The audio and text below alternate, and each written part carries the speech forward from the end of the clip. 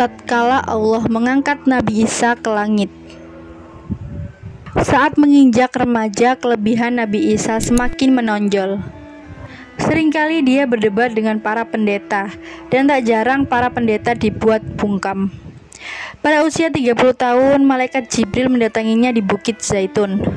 Allah Subhanahu wa Ta'ala memberikan wahyu kepada Nabi Isa melalui malaikat Jibril, dan diangkat menjadi nabi serta menerima kitab Injil. Isi dari kitab tersebut untuk membenarkan dan melengkapi kitab sebelumnya, yaitu kitab Taurat yang diturunkan kepada Nabi Musa. Nabi Isa menerima tugas yang berat untuk mengemban amanah kenabian. Mengemban tugas kenabian tidaklah mudah dan menemui banyak tantangan. Pada saat itu kaum Bani Israel banyak melakukan penyimpangan.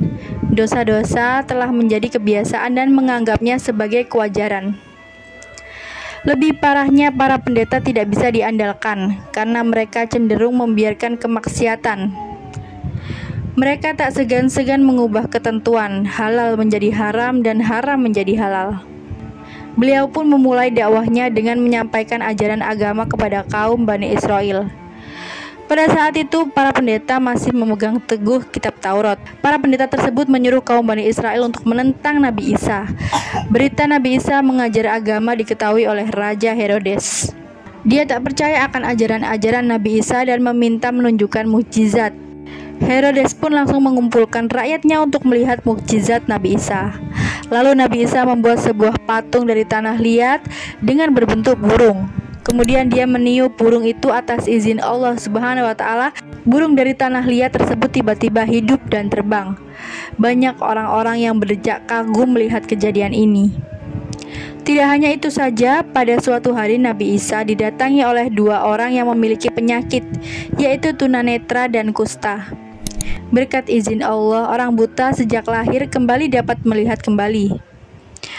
Begitupun dengan orang yang menderita penyakit kusta, penyakitnya sirna. Tak ada sedikit pun bekas-bekas penyakit yang nampak menjijikkan seperti di tubuhnya sebelumnya. Penyakitnya sirna, tidak ada sedikit pun bekas-bekas penyakit yang nampak menjijikkan seperti di tubuh sebelumnya.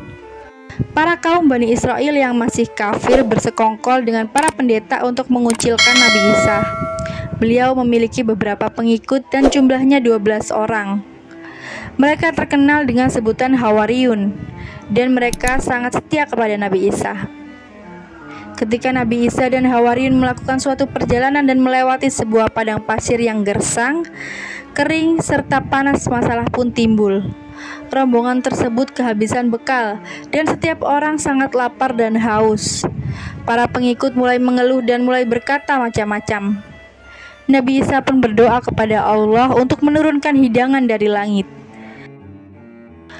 Allah mengabulkan permintaannya dengan syarat apabila ingkar akan terkena azab yang sangat berat yang belum pernah ditimpakan kepada siapapun. Lambat laun dakwah Nabi Isa mendapat sambutan yang sangat besar. Semakin hari pengikut Nabi Isa semakin banyak. Namun ada pihak lain yang merasa dirugikan, yaitu para kaum Bani Israel yang masih kafir dan para pendeta yang tidak terima akan dakwaan Nabi Isa. Rencana diatur sedemikian rupa, tentara pilihan dikumpulkan untuk membunuh Nabi Isa. Rencana pembunuhan tersebut diketahui oleh salah satu pengikut Nabi Isa dan segera dilaporkan ke beliau. Mereka segera menyelamatkan diri dan hidup berpindah-pindah tempat. Salah satu murid Nabi Isa bernama Yudas terbujuk akan iming-iming hadiah besar 30 dinar dengan syarat harus memberitahukan tempat persembunyian Nabi Isa dan Hawariyun. Yudas berkhianat, dia membocorkan tempat persembunyian Nabi Isa. Mendengar informasi dari Yudas, tentara Romawi langsung bergerak. Tentara Romawi langsung menangkap seorang yang sangat mirip dengan Nabi Isa, yaitu Yudas yang telah berkhianat. Sebelumnya, saat akan ditangkap oleh tentara Romawi, Allah tiba-tiba mengangkat Nabi Isa ke langit. Kemudian Allah mengubah wajah Yudas dengan wajah Nabi Isa, sehingga akhirnya Yudas mendapatkan pukulan bertubi-tubi dan terus diseret. Tubuh Yudas pun penuh dengan luka dan wajahnya memar akibat pukulan.